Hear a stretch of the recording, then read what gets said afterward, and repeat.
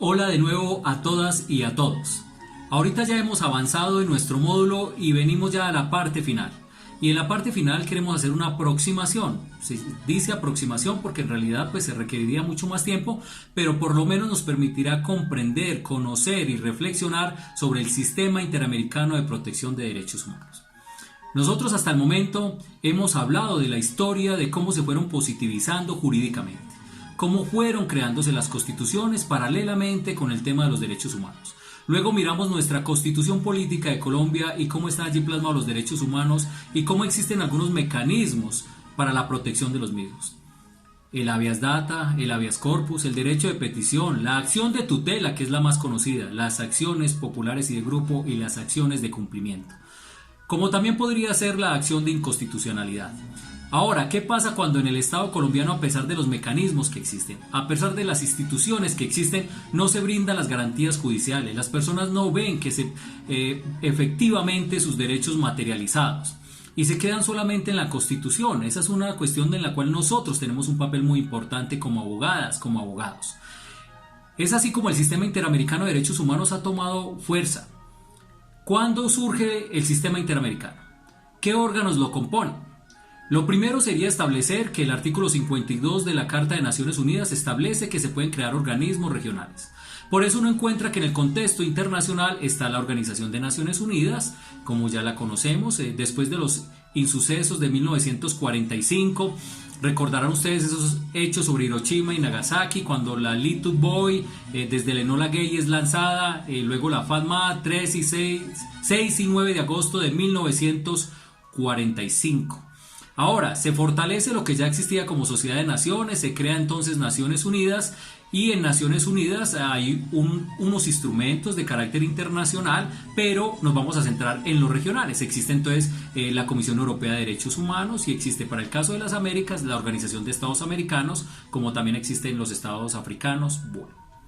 En los estados americanos y del Caribe se crea la OEA, Organización de Estados Americanos. Su carta de creación es de 1948. Recordarán ustedes, el mismo año en la muerte de Jorge Eliezer Gaitán se estaba sesionando la 9ª Conferencia Panamericana en Colombia, en Bogotá.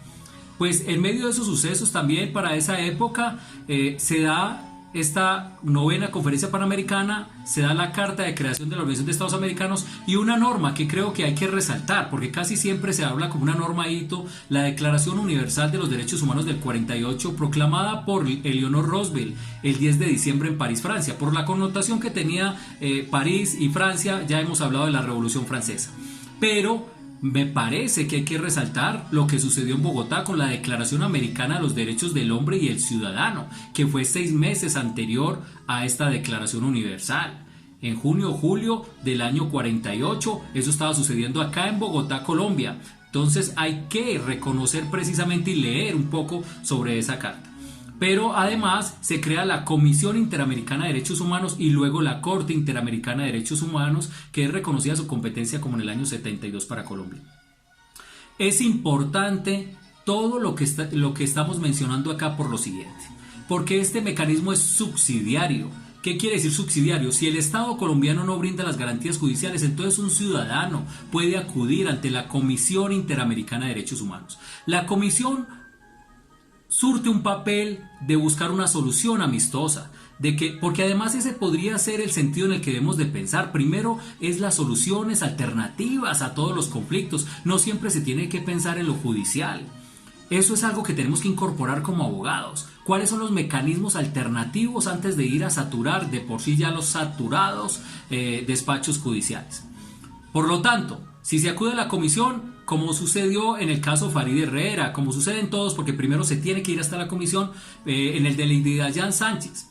Lady Dayan Sánchez es una niña de 13 años que en un procedimiento policial en Bogotá, en una zona de invasión donde no había iluminación, llegan unas patrullas, se supone que por el protocolo debieran de ir varias, pero la primera que llega, que debería esperar a sus compañeros antes de proceder, dice que escuchó un disparo, activa su arma de fuego, la dispara, dice que fue al aire, pero sin embargo cuando van a hacer el recorrido ya con el resto de compañeros que llegaron, encuentran una niña de 13 años muerta con un disparo que la impactó en el cráneo.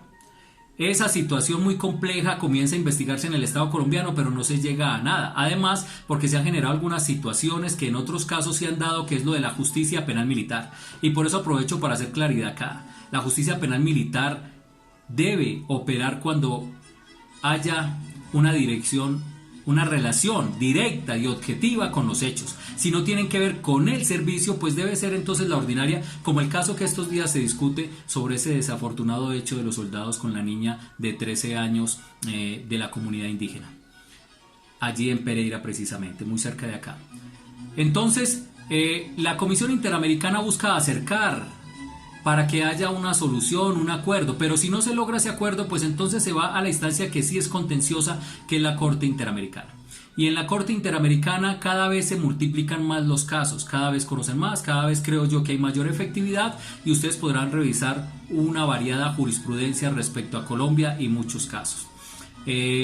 Parte de los casos que más se han trabajado en años anteriores tiene que ver con el caso Wilson Gutiérrez Soler, el caso Las Palmeras fue uno de los primeros, el caso ahorita ya se podría hablar del caso de la toma del Palacio de Justicia, el caso de Manuel Cepeda Vargas, el caso de Carvajal y otros.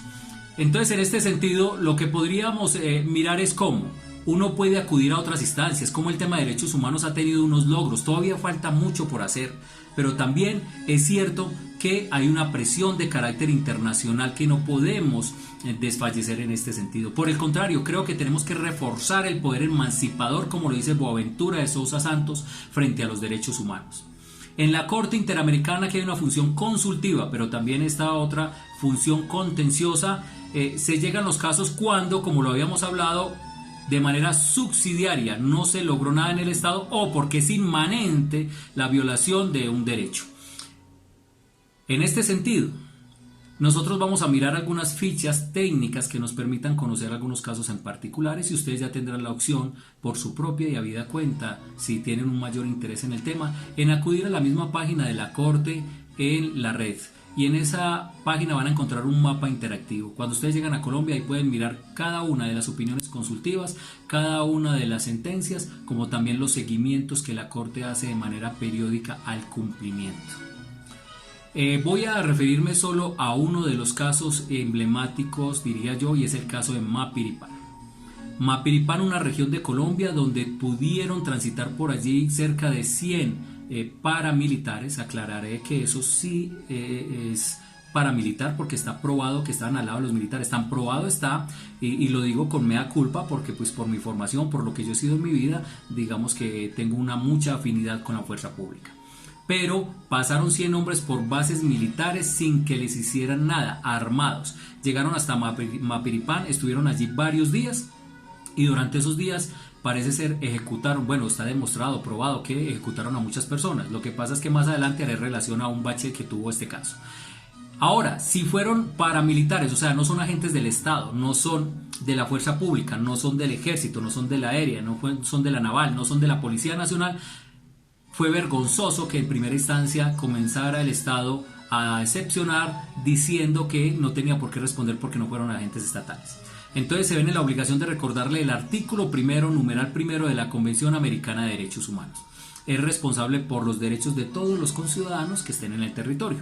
Por lo tanto, aquí se desprende la posición de garante y de esa posición de garante es que logra después la sentencia ubicar la responsabilidad del Estado colombiano, declarar la responsabilidad del Estado colombiano y pues a pagar unas sumas muy importantes por lo que allí sucedió.